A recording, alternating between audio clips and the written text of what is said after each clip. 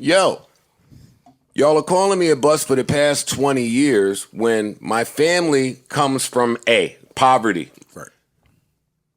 1, 2, 3, 4, 5% of people make it to where I made it to, and I accomplished my goal. You can't speak for what my goals are.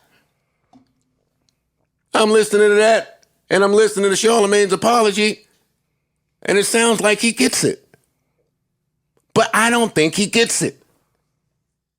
I think that all of this funk master flex, all of the nasty shit that I'm staying away from because my moral compass tells me to stay away from it, even if I mention it. But all of that stuff is a pow. It make you back up just a little bit. It make you reassess some things. Enter Joe's viewpoint on Duke.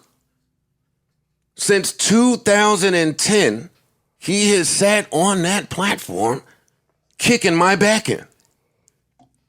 When I appeared to be down, anybody that had something negative to say, he spoke to them.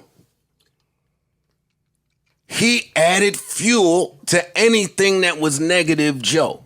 2010 to 2014, 15, not a mention of an album, music, none of that, but who cares? Because Joe's meteoric rise, it didn't look possible.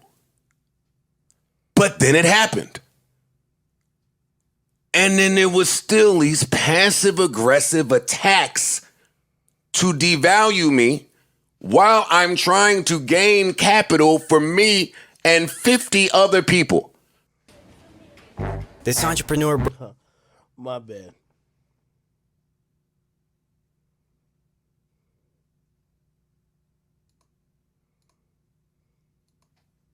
I had a real problem with that. And so did Kwame Brown. Question for you. That apology ticked me off. All my people from South Carolina. Yeah, I wouldn't. Charlemagne from South Carolina. Now there's magically a South Carolina brotherhood. Kwame Brown people from South Carolina. Moncks Corner, Sumter, Columbia, 803. Y'all know the vibes. That apology ticked me off. Everything he was saying to Kwame Brown applies. So are you doing it because this is what's in your heart? Or are you doing it because you got some evil shit in you somewhere, you got some passive aggression, some rage, some hate, I don't know what niggas is into on their own time. What's your question for me, Ish? You just gave a timeline of Of niggas sitting on white people platforms, kicking my back and adding the things that they knew wasn't true. All right. So and the second that somebody else says, I'm going to add to something that he says may or may not be true, lawyers come out, cease and desist come out. He's doing interviews. Oh, Joe said he might interview such and such. That was enough for me. That was it. That let me know Joe is evil. Joe is... Nigga, shut up. So he just adds... Too many niggas talking about Joe that don't know Joe. This just adds to my question.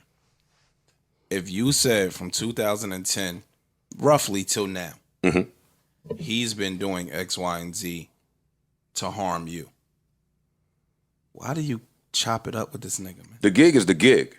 That's why I differ. The gig is the gig. That's why I the differ. gig is the gig. See, Ish, and this is where I differ. I just said this to Mandy on the phone this morning. She said, how you doing? How's your mental health? I said, Mandy, when everybody chooses their goal in life or their path, you have to take what comes on that path. You do. I agree with that. I chose this. You're right. I picked this. You're right. They're going to throw their stones. They're going to throw bricks. They're going to want to see me fall on my fucking face. They're going to want to see me rise, fall, get loved, be hated. They're going to want all of that shit. And I'm prepared to get it because I chose this path. I'm with all the smoke. No pun intended.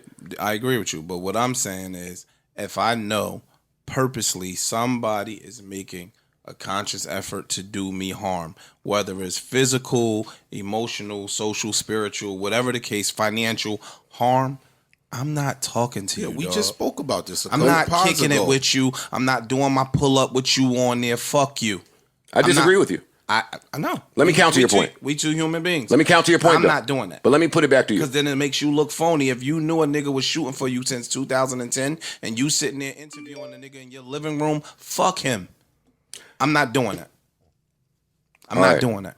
I'll take the gig and I'll take the strangers shooting I'm at me. I'm off on a not- tangent, but my brain works weird this way. So fine. just follow me. I was watching an interview. Vlad, fuck you, Vlad, was interviewing some real live street nigga. And the real live street nigga was a part of Supreme Team and all of this other shit that I won't get into. And that led me down a Supreme Team rabbit hole of Preem and Bimmy and just anybody in that story, which kept me in Queens. And I know some of the people that I was reading about, right? And I started reading about murders, about some Queens street legend niggas that just got killed. And some of the what's going on behind the scenes, and nigga, we are of no relation to each other outside of. Oh, please, you cracking your neck? I want to hear it. Let's do it. And even with him doing all of that shit that he did, You ain't got to be mad. disagree. Though. It's just saying we like